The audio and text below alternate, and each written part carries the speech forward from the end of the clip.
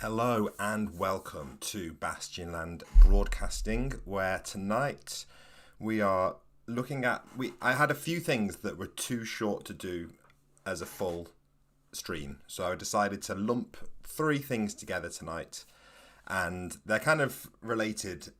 Basically, wherever possible, if I'm trying to prepare for a game, I find that it's actually worse since I've been doing more RPG stuff as my job, because when it comes to actually preparing for a game, I feel like because that's like a game that's outside of my work, it feels like, well, like I shouldn't do it as work, but then when I finish work, I feel like I'm doing something different to RPGs. So it's very difficult to find a place for it to fit. So what I've done is I've sort of been preparing for a game this week, and I've been doing a little bit of it during the daytime, and I've been trying to think about what techniques I'm using for preparing for that game. So we are going to be doing some prep actually tonight for my game that's coming up on this stream, because I've decided now I can just prep for games and I can pretend that's real work, 'cause it's a playtest, isn't it? So it's all legit. Now, before I get too far into it, the game that I'm preparing for is going to be I'm doing like a playtest of this. Let me get the picture up. This thing that isn't a real thing, which is my proof of concept document for Primeval Bastionland, which is just an idea at the moment. The idea is that I wanted to do like a kind of medievally Arthurian game. I know I've talked on and on about Pendragon, but I didn't want to just run Pendragon as it is. But I did think about that, but then I thought, well, no, I want to see if I can do something like that with the Bastionland system. So with mainly the mechanic from Electric Bastionland and Into the Odd. But essentially, I've kind of written this up as kind of a playtest for myself. So we have knights that are going on quests, and you're going out into the world, and it's kind of a medievally medieval kind of Arthurian inspired take on kind of deep country. I'm not going to do the full pitch of it now, but this is what I'm preparing for. So, tip number one. We're going straight into them today. Tip number one. I should have prepared big flashy graphics to come on for like number one, number two, number three, but I don't. For these, I am going to need, I would like some participation here, because it's going to be more tolerable for all of us if we take this on as a team. This idea, out of all of the ones in here, this is probably the one that I can't remember where I've stolen it from. So that means I kind of made it up myself. But it's very likely that this was on a blog or from a different game. But I don't remember stealing this from anywhere, so I'm claiming credit for this one. It's the 4 theme encounter tables. So in Electric Bastionland and in lots of games, you will find yourself writing up random encounter tables. And in Electric Bastionland, I tend to recommend that you do a D6 table. The reason I like a D6 table for encounters, so for instance, you would have 6 different encounters in each area that you could encounter. So it might be for a single level of the dungeon. It might be for a particular area of wilderness. There will be 6 different encounters you might hit randomly. The reason I like 6 is I used to be all about these big tables, just like, can I do like a D100 random encounter table? And I still like big tables for certain things, especially for like inspiration. But when you want something a little bit more solid, like an encounter, I would rather write 6 good encounters rather than 12 encounters where like 5 of them are good, 5 of them are okay, and like 2 of them are shit. So I like using D6 encounter tables. And the advantage of this is if your dungeon floor or your wilderness area or your city or settlement, if you can think of 4 themes for the area, then those 4 themes are going to give you a starting point for your 6 encounters. So let me do that now. So the area that I'm kind of prepping, like I say, it's kind of It's not, when I say medieval, the idea of this setting is that it's based on the myth of the myth of what medieval life was like, and the mythology that surrounds kind of medieval history. This is not a accurate representation of what early medieval life would be like.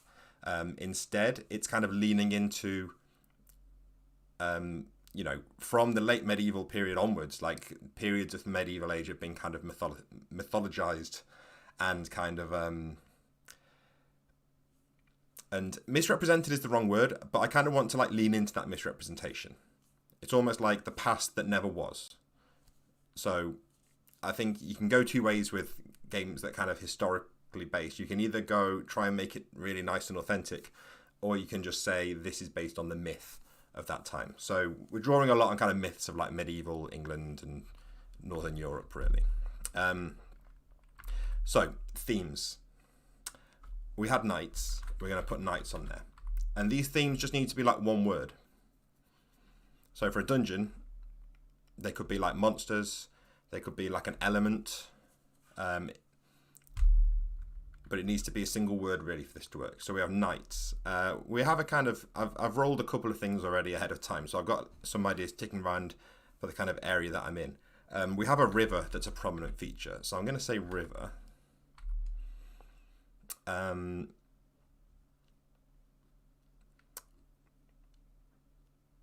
gonna say leaves. I'll tell you why. My first thought was like forest, but knights, river, forest is all a bit straightforward. We have leaves, and then you know what? There's like a burial mound, so we're gonna go with burial. So knights, river, leaves, burial are our four themes. And like I say, if you're doing a D&D style dungeon, it could be goblins, skeletons, fungus, beetles. And then what you're going to do is when you've got 4 elements, there are 6 possible combinations of these, which is why it fits so nicely onto a D6 table. So we can have knights plus river. We can have knights plus leaves. We can have knights plus burial. River plus leaves. River plus burial. And leaves plus burial. Now I'm just going to make sure I've actually done that right. Yeah, so that is the 6 possible combinations of those 4 elements. Someone will tell me the mathematical formula to explain how you get from 4 to 6, but it works.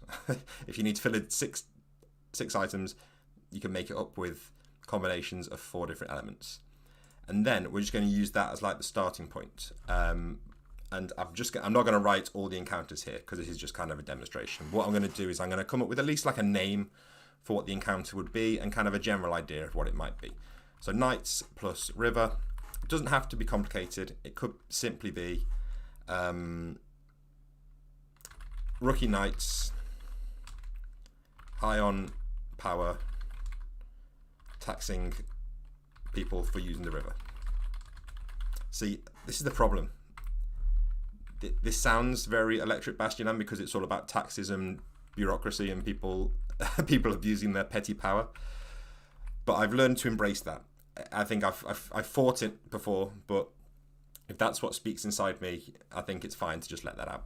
Like I say, this isn't trying to be like the authentic Arthurian game of our time. This is trying to be like my take on what this kind of non-existent past of Bastion would be like.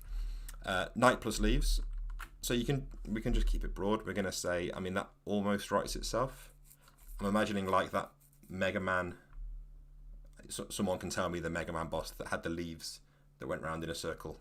If it's Leaf Man, I'm going to be really upset. But it could just be like the Leaf Knight. And we'll think about what they kind of do. What's the deal with the Leaf Knight? The Leaf Knight. Seeking a legacy. Knowing they won't live past summer. Cool. Knights plus burial. So we'll have like a funeral procession for a knight. River and leaves. Oh, like a leaf boat. Again, I'm going to assume that these encounters are taking place like around the river, because that's kind of a key part of this area that I'm preparing. So what about this? Was just leaf and river, wasn't it? So leaf boat struggling against the current, and who's on board? We'll just say they're pilgrims on board for now. River plus burial. We've already used like a funeral. You think like a sort of Viking style burial into the river would be cool. River plus burial.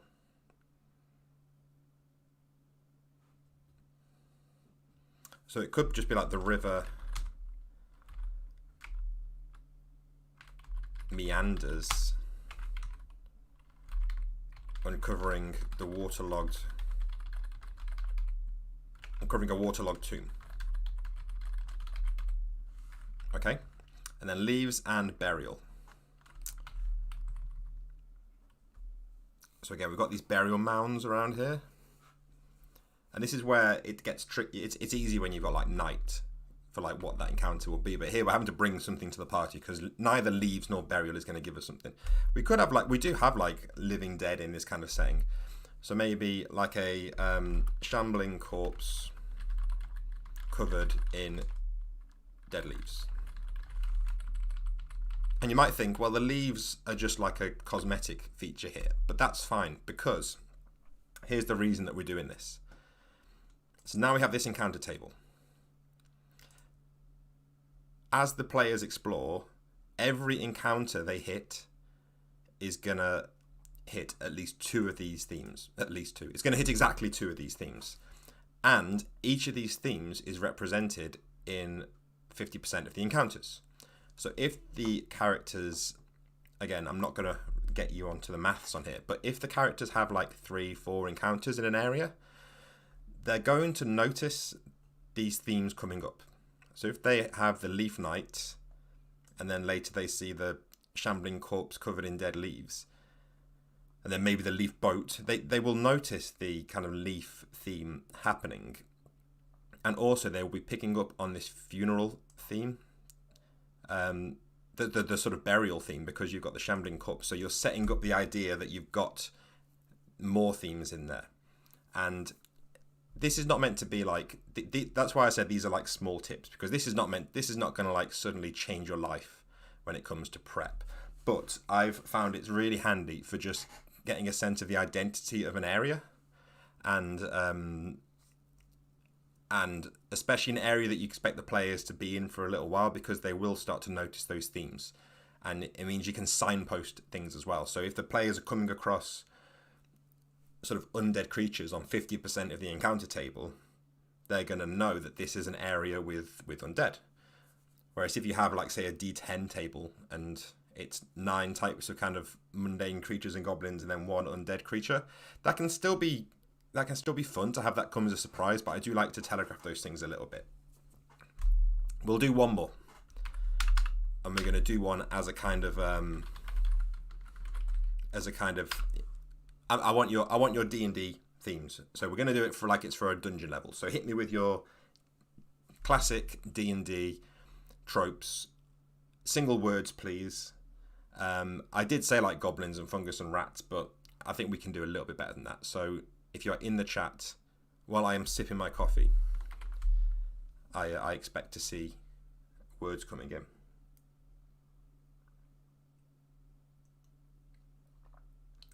This is always agonizing.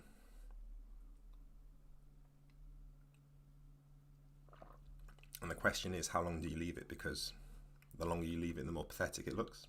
Thank you, Astral Disasters. I'm telling myself it's just a lag because I know that you are slightly behind me in the stream. So Astral Disasters comes in with Labyrinth. You know, I mean, Labyrinth is good, but I'm going to say Maze, and I will explain why in a little bit.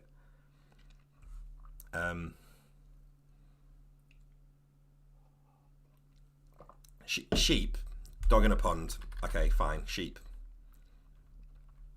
but I'm gonna allow myself. I really want to change it to goats. I'm changing it to goats. I'm sorry, because goats are too powerful. Thank you. We have all of our answers now. Woogie Naught says teeth. And Astral Disaster says lava. Done.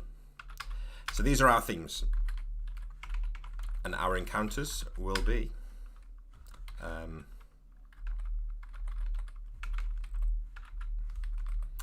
it would help if I could operate a keyboard. It's been a long day. So our encounters are going to be maze plus goats. I mean, that already writes itself, and I hope you're on the same wavelength. Maze and teeth is a horrifying idea. Maze plus lava, goats plus teeth is bad. Teeth is like a horrific entry. Goats and lava, and finally teeth and lava. There we go. Maze and goats. It's just going to be a goat minotaur, which I'm aware is probably just like already a thing. I don't know. Is it a thing? It's like, I know a fawn has like goat legs and like maybe horns, or like a satyr. But a goat minotaur, I'm imagining like a big buff fawn.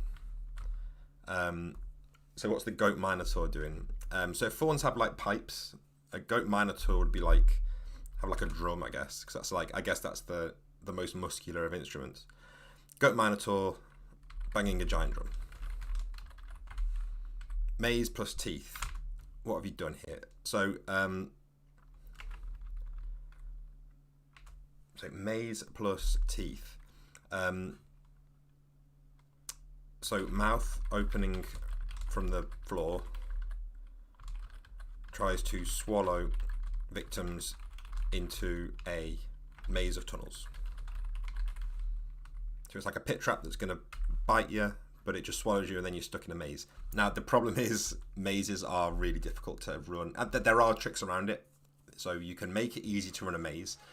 But mazes are, if you get caught trying to run a maze without being prepared, it can be a nightmare, because what you don't want is to be sitting down telling the players, you go forward and there's a T-junction. Okay, you go right.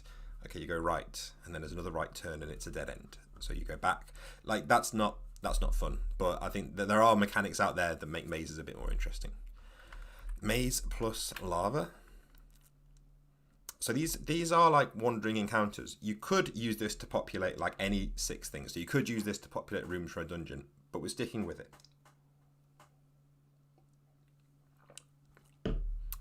I know that it's a fair comment. Astral Disasters is saying lava feels like the weak link, but you got to push through that feeling, because it's a challenge. It's it's pushing me out of a comfort zone.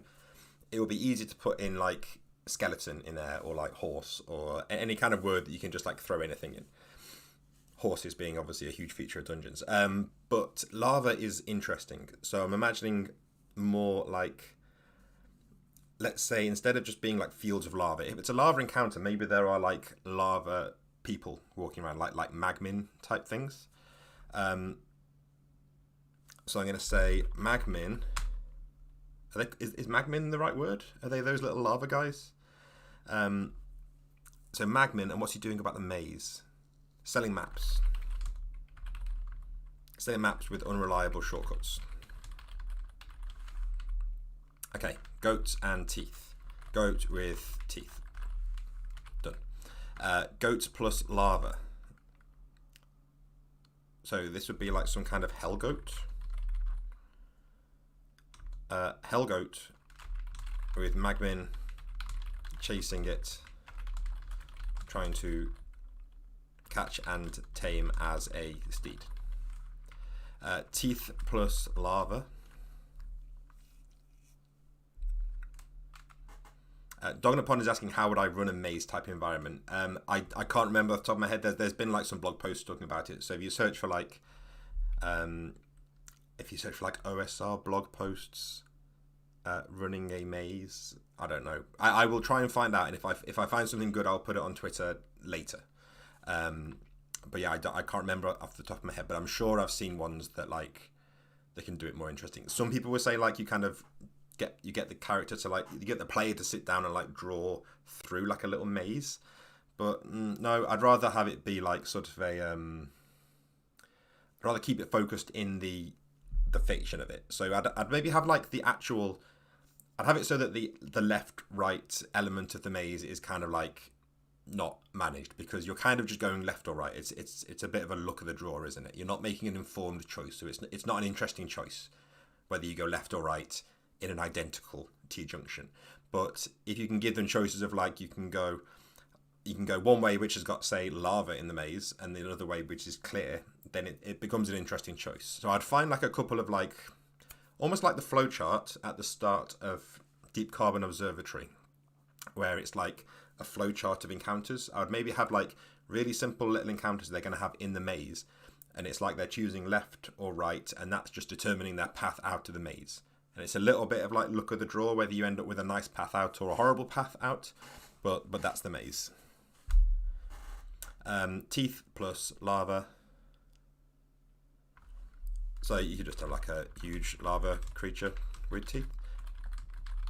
Now, you might say, that's very lazy use of your teeth, and it is. What's this goat with teeth doing? This is just like a goat with shark teeth. That's fine. This huge lava creature with teeth is not interesting because it's not bringing forward the teeth element.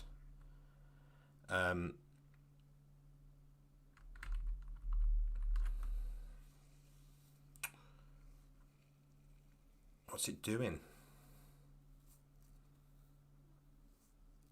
How do we get the teeth? So we got like shark teeth. What was the other? So we got the teeth in the ground. We've got the shark teeth on the goat. And then what's going to make the players that are having this encounter think teeth?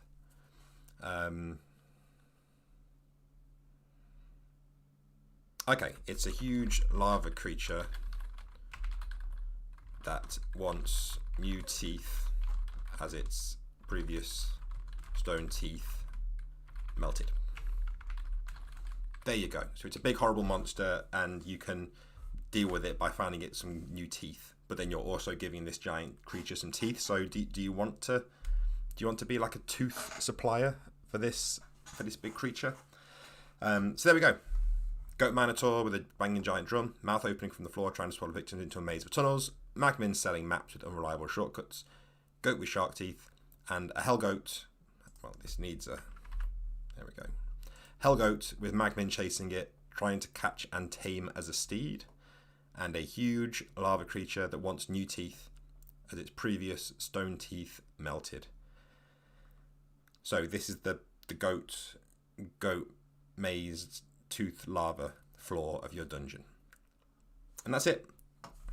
So it's more of a way to generate sparks. I know that I've gone on about this idea of sparks before, but like I find this thing really helps me. It forces you to think of unusual combinations, and thinking of 4 things to come up with your themes is kind of easier than coming up with 6 ideas for your encounters, I find. So yeah, give it a try. Right, number 2. I need this. Where? No, I can't make graphics now. But this is number 2, and this is one that I've absolutely stolen. And I stole this from Anne Hunter, who writes at DIY and Dragons. And her site is here. And Anne wrote this post, it's 2019, so this is old. Ancient by modern standards.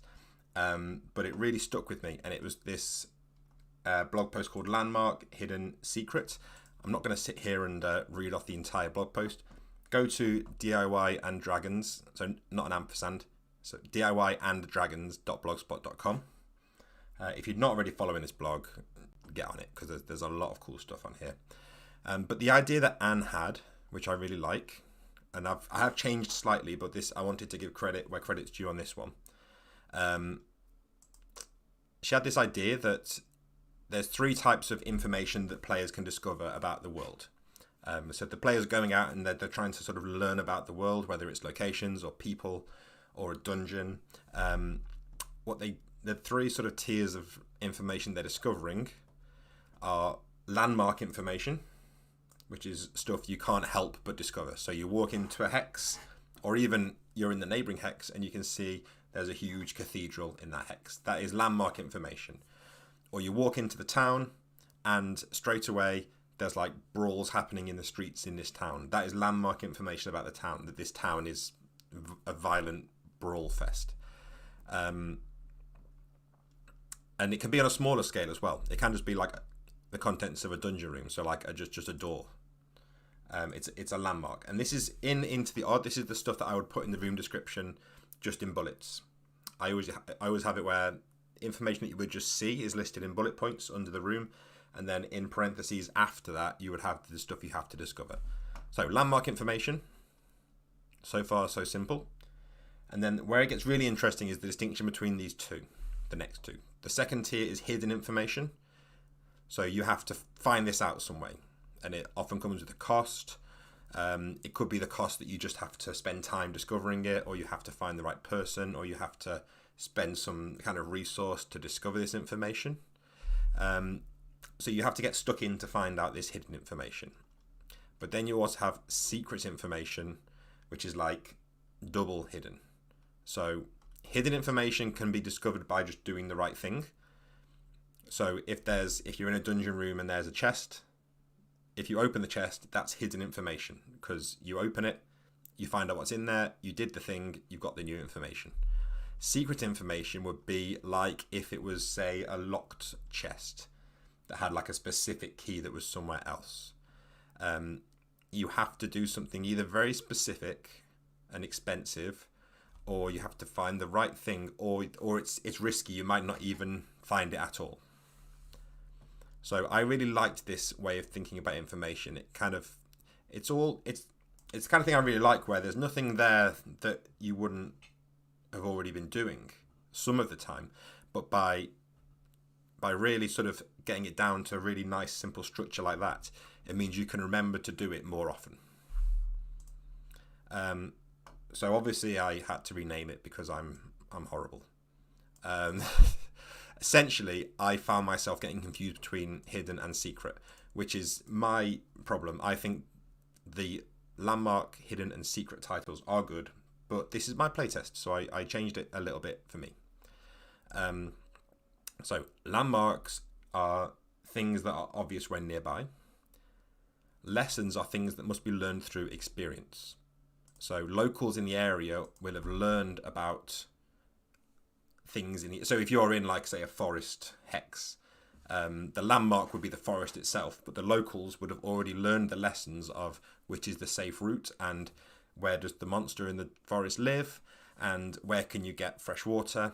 The locals will have learned these lessons and passed on these lessons, and could potentially either pass them on to you, or you can go and learn them for yourself. And then lore is information that is either forgotten, hidden, or guarded. So it's not something that every local in the area would know. They might know of it. They might know that there is a spirit of the forest, but they don't know the lore, which is the history of the spirit and what the spirit wants and what the spirit is able to do, what their kind of powers are. And you don't have to be, I'm not aiming to be like completely systematic and say for everything it's going to have a landmark, a lesson, and a lore, because some things are just straightforward. But for this prep, I'm going to try it with like 4 elements of the prep that I'm doing. I'm going to try giving each of them a bit of landmark information, a lesson that can be learned, and a piece of lore that is like, it's like the secret room in the dungeon that you expect most players to not find. They're going to have to go above and beyond to find this out. And as such, what that means is by systemizing it like this, what you can do is you know that you're putting that information in as lore, meaning it's not going to be discovered by every player. And by doing that, you can hide some information that is non-essential but really useful. So the advantage of that is you're not going to accidentally... I don't really believe in this idea of like there's some clues that you must discover to advance the plot, because my games are just sandboxes. But there are certain things that you wouldn't want to like hide behind this kind of lore. There's certain things you might want to put more in the foreground, and this just makes you a little bit more mindful about about where you are putting these things. So the river monks. So I have this order of monks that are they're in like the main settlement at the center of this this domain, and what the river monks are doing is their job is to kind of appease the river, because in this kind of let's find the river page. So one of the things I have for the river here is every stream, fall, brook, and creek, all as one, brought famine and flood, sent friend and foe. And I've got I was putting like a few kind of sparks of ideas, and one of them is that the river must be appeased by offerings of bread or blood. So these monks are essentially in charge of that. So that would kind of be a landmark information. So they run a monastery. Thank you, autocorrect. Run a monastery, baking bread, throwing it into the river. Now, this is the beauty of prep. When I'm writing like a blog post or something, I have to look back on this and think that doesn't make sense. I need to write this as if a normal person can read this and it makes sense. But it's prep, it's for me, I can just leave it at that, and that makes sense to me, and I will remember what I mean by that. So that's kind of landmark information. A lesson that can be discovered about the river monks is that they're trying to or they live to appease the river with sacrifices. So that links into the bread. So if you just passed by, you might just think, oh, it's a monastery, they're baking bread. You can maybe go buy some bread from them. Or maybe they're giving bread away to travelers.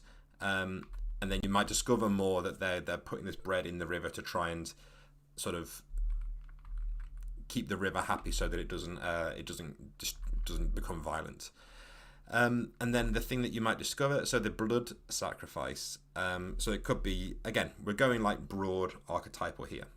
By night, they hunt creatures in the forest for live sacrifice. Lovely. Drowning animals in the river. So breadbane. I didn't realize the bread theme was carrying through quite so far. I must have been hungry when I was writing this. Breadbane of the Order. So the Order, what are they? The Order are another kind of element that I have here. Where are we? They were 9 in the circle, no first among them, each a knight and sage, master and student. So who are the Order? So they're like sage knights. So they're like both knights and... I was going to explain what a sage knight is, but I won't offend you. They ride an armoured ox, which I like. They have no agenda beyond mastering the ways of both knight and sage. Any good or harm that they put out into the world is acceptable if it leads to adequate self-improvement. Fierce rivalry is encouraged, pushing each to reach their potential. So I kind of imagine them as like they're like a circle of knights, but their whole thing is just about getting better at being a knight and a sage at whatever cost. So if they're going to fight someone, it's because if they're going to improve themselves by fighting this person, then it doesn't matter whether or not it's a worthy fight. So this guy is out doing that. So what's his deal? So let's just keep it, again, we'll keep it simple. He is riding an armoured ox, looking for a worthy fight to join. So they might join your cause if you can suggest that they're going to learn something during the fight. The lesson that you might learn about them is so what it is? Well, now I'm going to say it. They have a hated rival who they are meeting with for a duel in the next few days. Because I think they would be happy to talk about that. Like if you asked them, they would boast a little bit about how they're going to win this duel, and that could be something you could get involved with. And then what's the secret they have? So what was the other So we have these tasks here. We have like a spark table, like a 2d6 spark table. So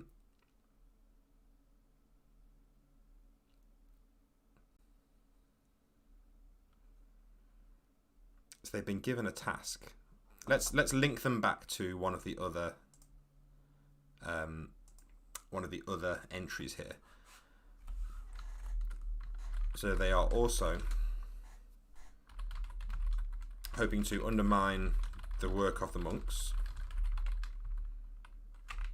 so that they can fight the river in its unbridled fury. So part of the idea with like knights in this game is that they will have like ridiculous quests, including the player characters. So you will have like a bingo board of quests. Oh no. You'll have like a bingo board of 9 quests, the center of which is Find the City, which is Bastion, a shining beacon of civilization. We've all seen it in our dreams. It doesn't exist yet, but the future must be travelled to, not idly awaited. So we're kind of in the past, so Bastion doesn't exist, but you see it in your dreams. So you have to find the city. What does that mean? I have no idea. But then you'll also roll for these 8 other quests. Some of them will be shared among the group, some of them will be individual, some of them will be left blank, but essentially you have like a verb and you will roll on this D100 table of myths. So if you roll a 70, the cave, you might have some choices to where you put that. So you could have unveil the cave as a quest, and you've had a dream that this is one of your quests, and this is the goal of the game, is checking off these bingo boards of quests. But likewise, you could also have serve the cave. You could have mend the cave, empower the cave. So there's going to be a lot of sort of weird coming up with mythological ways to justify that you have banished the cave, for instance. And it's left very open to players' interpretation, because I wanted it to I want to experiment with this idea of kind of self-assessing your objective. So if you can convince yourself, you don't need to convince me as the referee, if you can convince yourself that you have served the cave, you can check that off, and your character will, you do kind of get rewarded, but it's not like leveling up as such. So so I'm hoping it'll keep people honest. So where was I? The order. So the order is done. So let's do 2 more really quickly with a landmark, a lesson, and some lore. The Wallkeeper. So the wall is an element of the setting. Let's go up to the top. So you might have the quest of break the wall, and another player in your group might have like empower the wall. So I'm leaning into the idea of player versus player. I think you could have some interesting player versus player combat, because again, when you look at like this kind of like knights in mythology, they're always fighting each other. They find some reason. So I want that to happen. So cutting through the land, the storms could not cross its heights, guarding from invasion but also escape. So the wall is kind of, in that the area that I've rolled, the wall is kind of protecting this area from another area. It's keeping people out. We have a lonesome wall warden, and they have a waller hook. Under vague orders that nobody can pass without a sage's approval. So,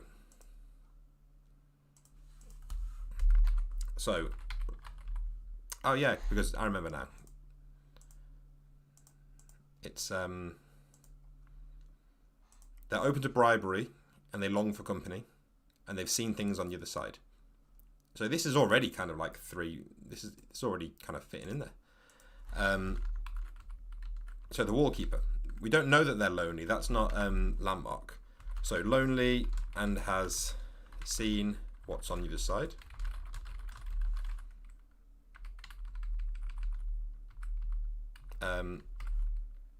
So it's a hook-armed soldier.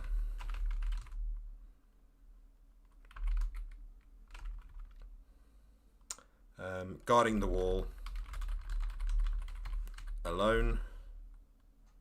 We'll say that she's lonely and has seen what's on the other side, and and on the other side, so there's kind of like this like plague town basically. So they know, they suspect that plague town. I can't remember what the plague town is called, but we'll call it plague town in our notes. They suspect that the plague town is infested with rats, because I had like a plague page here which has like fatal symptom and transmission, and I rolled, what did I roll? Swelling and rats. So it's like a choking disease where your throat will swell. I'm aware that choking is on here as well, but a swollen throat is gross. And it's being passed on by rats. The classic. Even though I know that rats didn't spread the plague directly, but we're leaning into the myth. Infested with rats. I might even make them like the rats are part of a bigger scheme. You never know. And then finally the Tangled Woods. So what's the landmark? Dark.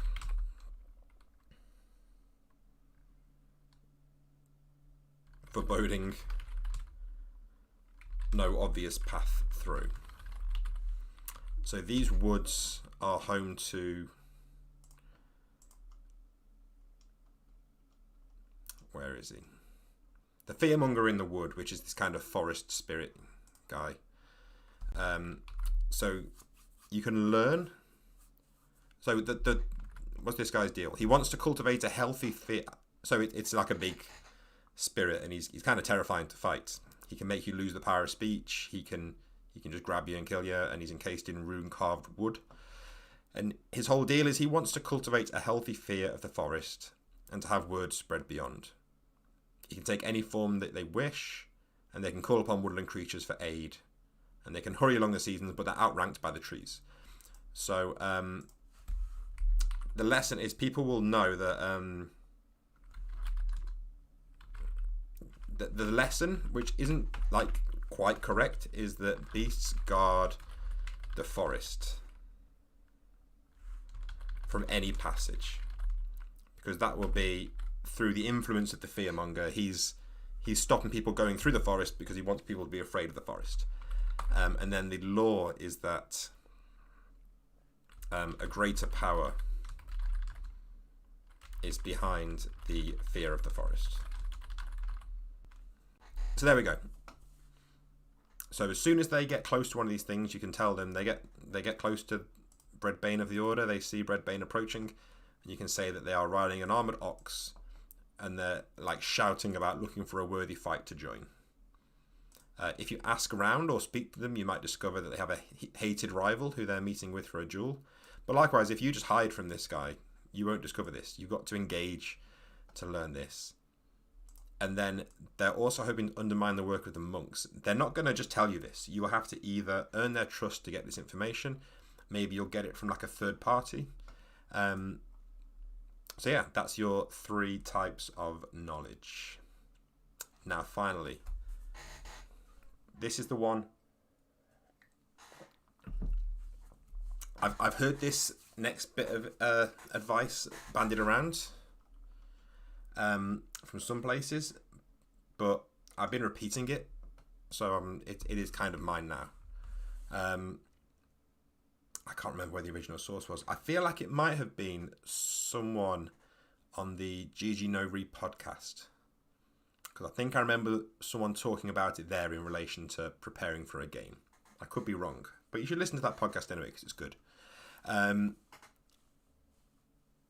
So the idea that I've heard, that I've really taken to heart, is you can spend a lot of time prepping, writing up stuff, coming up with tables, drawing maps, but you should set some time aside before you run the game.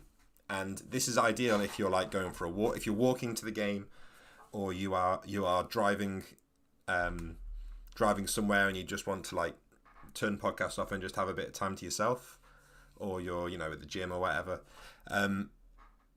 Just think of cool things that you want to happen in your game. And I know that sounds like super obvious, like, think of cool things you want to happen. But it's easy to forget to do that, because sometimes you get so, and again, when I say you, I'm saying me. Sometimes I get so focused on, like, I've got to prep a map, and I've got to follow these structures that I've made for myself, and I've got to come up with these, I've got to use these ways to generate sparks to come up with ideas. But sometimes you just want to think of cool things that might happen. And I'm not saying that you then make that list and then railroad the players into making sure that those things happen. That's not the point here. The point is, at some point in the game, you will reach a point where you need to improvise. I find, especially with characters, like, they will go somewhere and you'll think, oh shit, there should be a character here. There should be a person at this place they've just gone to, and I haven't prepared one. So you kind of insert sometimes maybe a very boring character that doesn't really have anything about them. But if you just create a kind of bank of exciting things, you got to think, well, what was I thinking about? I was thinking about a character, and the way this happened to me. I can't remember the game. It was Electric Bastionland, but I can't remember who I was playing with. It wasn't with my usual group. And one of the things I came up with was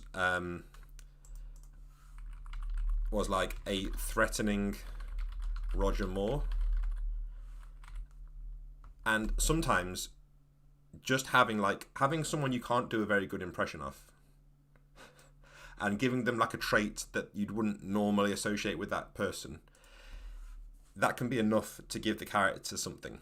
So this character that was like a kind of very sort of smooth talking Roger Moore style person, but they were just like low level threatening the whole time, and they're a bit kind of unsettling to be around, and they became quite a sort of enjoyable character to play. So I ended up putting them, that's when I've done Prison of the Worm Queen, that's how I kind of personify the Master of Roles, the mock hedgehog judge. I kind of have him in that kind of way where he's very kind of well spoken and very smooth, but he's threatening you under his breath, essentially, in every, not even under his breath, but like the subtext is he's threatening you with things that he says. So it doesn't have to be even cool things that fit into this game. Just think of like interesting starting points for characters and keep them in the bank. It can also be set pieces. So because we're running like a medieval game, it could be like hitting somebody with, is it called a scabbard? I don't know the difference between a scabbard and a sheath. If someone can tell me this now, that would be cool.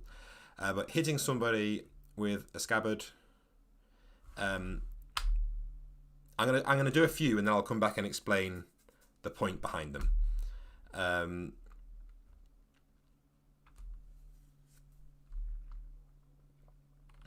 So hitting a tree and scaring birds away.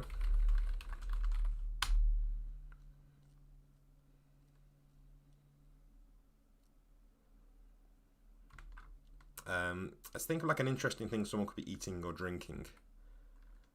So like beer broth that tastes too much of beer and not enough of broth. Let's think about something to do with these rats. Rats that collect silver, like magpies. Magpie rats that collect silver. So, a scabbard is for a large blade. A sheath can be for any bladed object. Thank you, William. I'll take that 100%. So if I'm imagining like a knight's sword, it's probably a scabbard. So my point here is these might be things that are too trivial to put in my actual prep. Like at some point, where would I write this in the prep? The idea that you would hit a tree and scare some birds away. But by doing this, if there is a combat happening in the woods, which is quite likely from what I've described, and the players like miss, I could describe something like, oh yeah, so you fire your arrow and it misses and it hits a tree and all these birds fly out of the tree. And it's just little bits of like flair and flavour that you might be able to come up with on the spot. You might be able to come up with these really quickly, but just spending a little bit of time on your own. So this is a really bad way to do it because I'm having to yammer on because I'm doing it on a stream. But just sitting on your own, maybe looking through another book, maybe looking through some art, and just like coming up with cool things. Hitting somebody with, here we go, this is even better. Hitting somebody with their own scabbard. So if you try and fight this guy on the ox, and there's like a scuffle, and he doesn't like wound you, but you need to do some like HP damage. Maybe like get in a scuffle, and he rips your scabbard out of your belt and clocks you around the head with it. And I would argue you don't even need to write these down. You can do, but if you're just driving, I would really recommend not writing them down. It just helps to think of them, and then when you're playing the game, you've got like a bank of cool shit happening in your head. And again, I want to stress, you should not try and railroad players towards those things, but you've got them there when you need them, as just little bits of icing on the cake. So they are my 3 tips. So if you missed them, spend time coming up with a list of cool things that you can just add on as flavour. Give your world 3 kind of layers of knowledge. Again, credit to Anne Hunter. Make sure you go and check out DIYanddragons.blogspot.com. My slightly modified version is landmarks that are obvious, lessons that must be learned, and lore that must be unforgotten, unhidden, or is guarded. And come up with 4 themes, combine them in every possible way, which is 6 ways, and that forms your 6 encounters. Like I say, you could also use this for rooms or sub areas as well. So that is the broadcast for tonight. Thank you for sticking with this through. I hope those 3 tips have been useful for your game prep. As always, you can find out everything that's going on with me at bastionland.com, where you can also go to patreon.com/bastionland to support these streams. But better than that, if you go to bastionland.com, there is a link to the Discord server where you can jump on and talk with other people that are playing these games and ask me any questions you want to do. And I will be back next week where I will likely be doing an RPG read through. I need to check, but hopefully reading through a Mark of the Odd RPG. I've got 2 that I'm going to do read throughs coming up, but I need to iron things out first. So I will be back next week, 9 p.m. British Summer Time on Tuesday. And until then, it's goodbye for now.